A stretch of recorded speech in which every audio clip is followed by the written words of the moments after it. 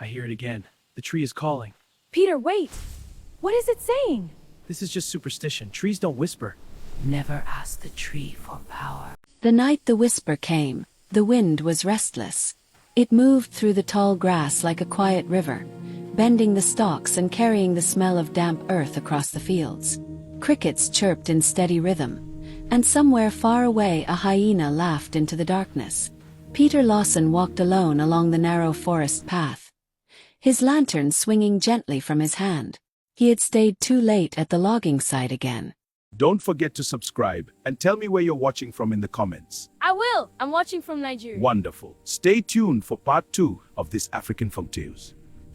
The other workers had left before sunset, but Peter preferred finishing his tasks completely. It was a habit he had learned from his father long ago. Work well, his father used to say. The land respects those who respect it. Peter believed that. Still, tonight felt different. The forest was unusually quiet. Even the crickets seemed hesitant. He tightened his grip on the lantern and kept walking. The path curved through a cluster of tall acacia trees before opening toward the older part of the forest, the place villagers rarely visited after sunset. At the far end of that clearing stood something that had been there longer than anyone could remember. The Baobab tree. It rose from the earth like a giant watching over the land. Its thick trunk was wider than a small hut, its bark pale and wrinkled like the skin of an old elephant. The branches stretched outward like arms reaching toward the moon. Children in the village grew up hearing stories about it. Some said the tree was planted by the first people who settled in the land. Others said the ancestors rested beneath its roots. And a few whispered that the tree listened and sometimes spoke. Peter had heard all the stories. He had never believed them. Until that night. He was passing the clearing when the wind suddenly stopped. Not slowed up. The silence fell so quickly that Peter felt it in his chest. He paused. His lantern flickered. Then he heard it. A whisper. So soft he almost thought it was his imagination. Peter. He froze. The lantern trembled in his hand. He turned slowly, scanning the empty forest. "Hello," he called cautiously. No answer. Only the distant rustling of leaves. Peter frowned and shook his head. "Too much work," he muttered to himself. He took another step forward. Then the whisper came again. Clearer this time. "Peter, come closer." His heart began to pound. The voice had not come from the path. It had come from the clearing. From the direction of the baobab tree. Peter stared toward it, his mind racing.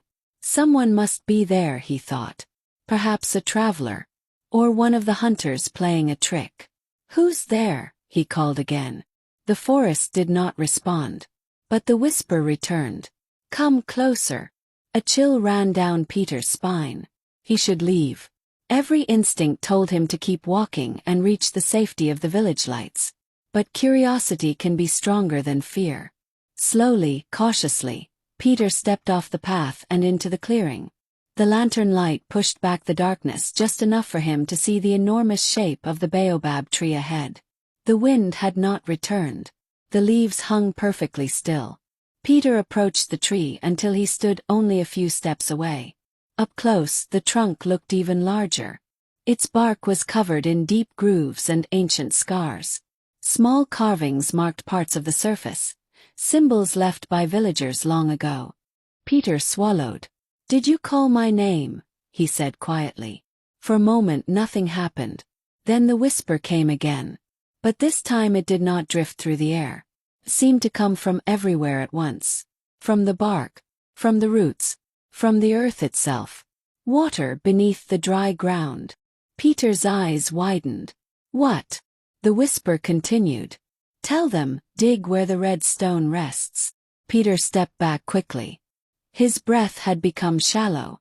This isn't real," he said to himself. The lantern flickered again, throwing long shadows across the clearing. But the voice did not return. The forest suddenly seemed normal again. The wind moved through the grass. The crickets resumed their song. Peter stood there for several seconds, staring at the baobab tree. Finally he shook his head and turned away. "I must be tired," he whispered. Without looking back, he hurried down the path toward the village. Morning arrived slowly over the grasslands. Golden sunlight spread across the rooftops of the small village, and the sound of roosters echoed between the houses. Women carried baskets toward the market. Children chased each other along the dusty road. Life moved as it always did. But Peter Lawson walked through the village with a troubled expression.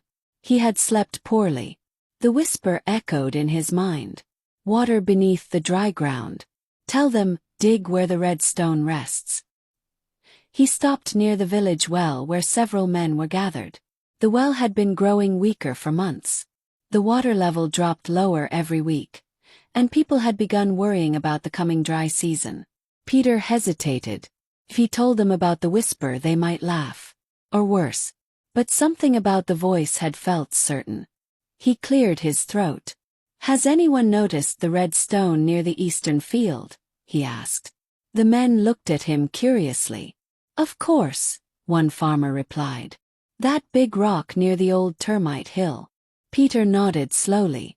"What if we dig there?" The men exchanged puzzled glances. "Why would we dig there?" another man asked. Peter hesitated again. Then he said the simplest thing he could.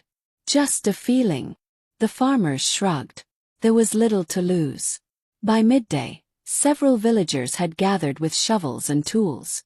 They began digging around the red stone. At first the soil was dry and stubborn.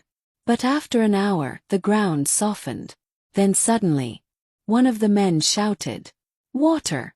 The shovel had broken through a pocket of damp soil. Moments later, clear water began seeping upward from the earth. The villagers stared in shock. Soon the small hole filled with fresh water. "Oh, clean, real." Excited voices filled the air. "How did you know?" someone asked Peter. He stood quietly, staring at the ground. He did not answer immediately. Across the village, an elderly woman named Margaret watched the scene from beneath the shade of her hut. Her wrinkled eyes narrowed thoughtfully. She had lived longer than anyone else in the village, and she knew the old stories. Very slowly, she whispered to herself, "The tree has spoken again." Far beyond the village, deep in the forest clearing, the ancient Baobab tree stood silently beneath the afternoon sun. But if someone had been standing close enough, they might have heard something moving inside the wind. A whisper. A patient, waiting,